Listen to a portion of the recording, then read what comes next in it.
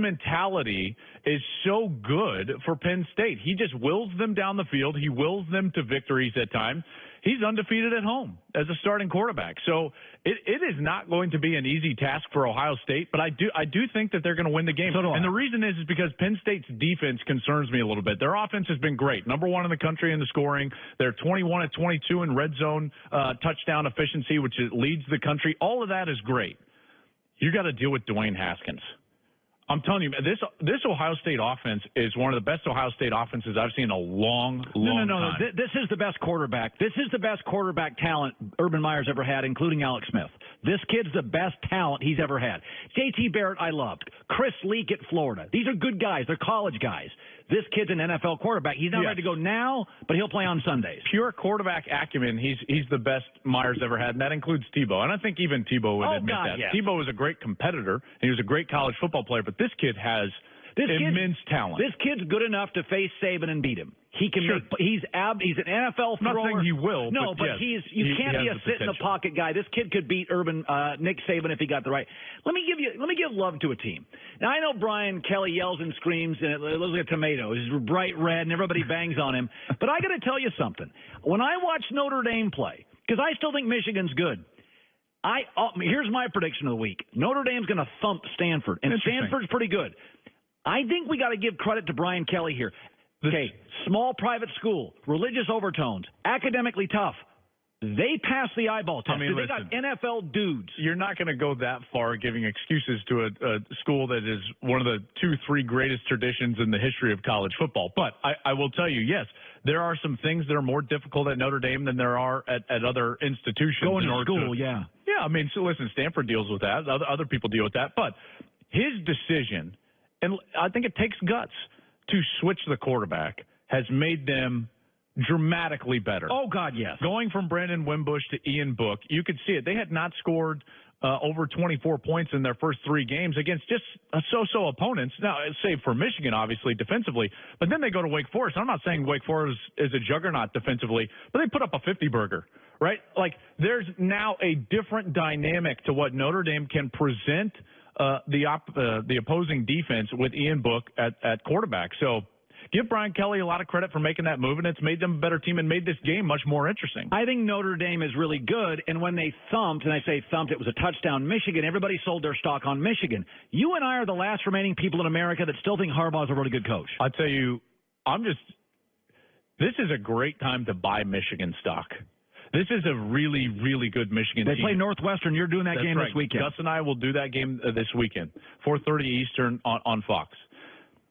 This team defensively has a top 3 defense in the country, and offensively is way better than any of Harbaugh's teams that he's had so far. I get it. They did not play well against Notre Dame, and I completely understand that and give it to you. Now, it was a few big plays early. If you take the first quarter out of that, they actually were the better team during the course of that game. They did not complete the comeback.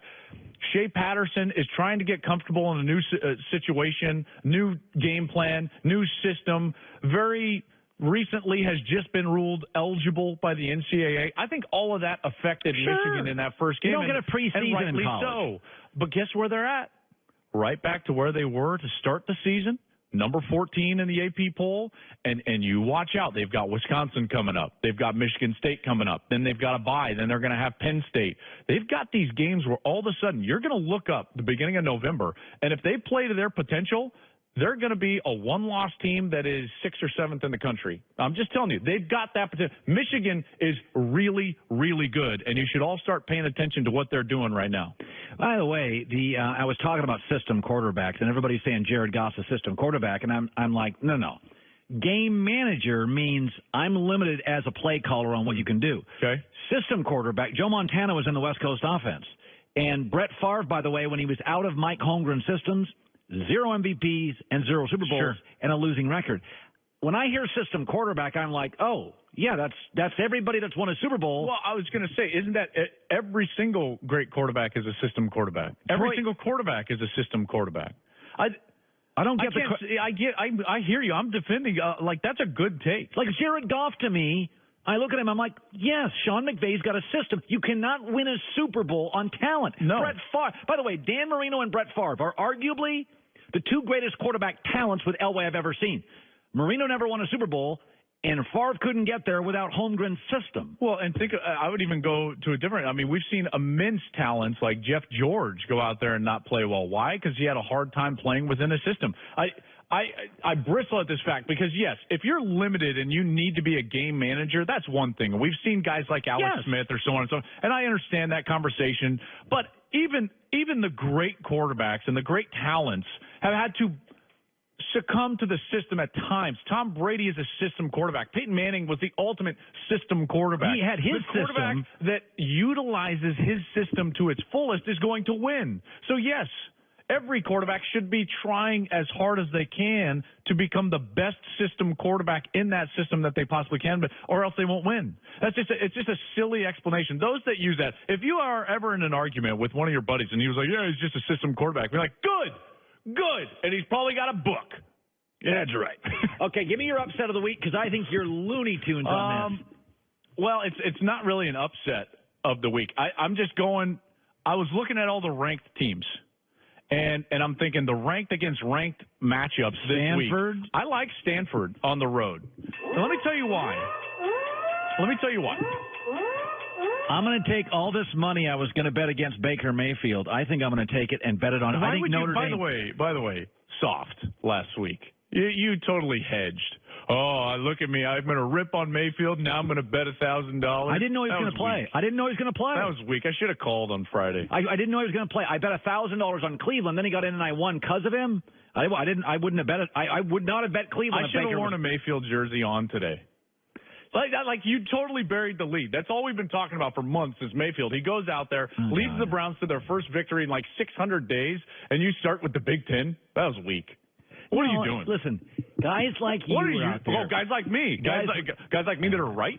Guys like you come out and you're so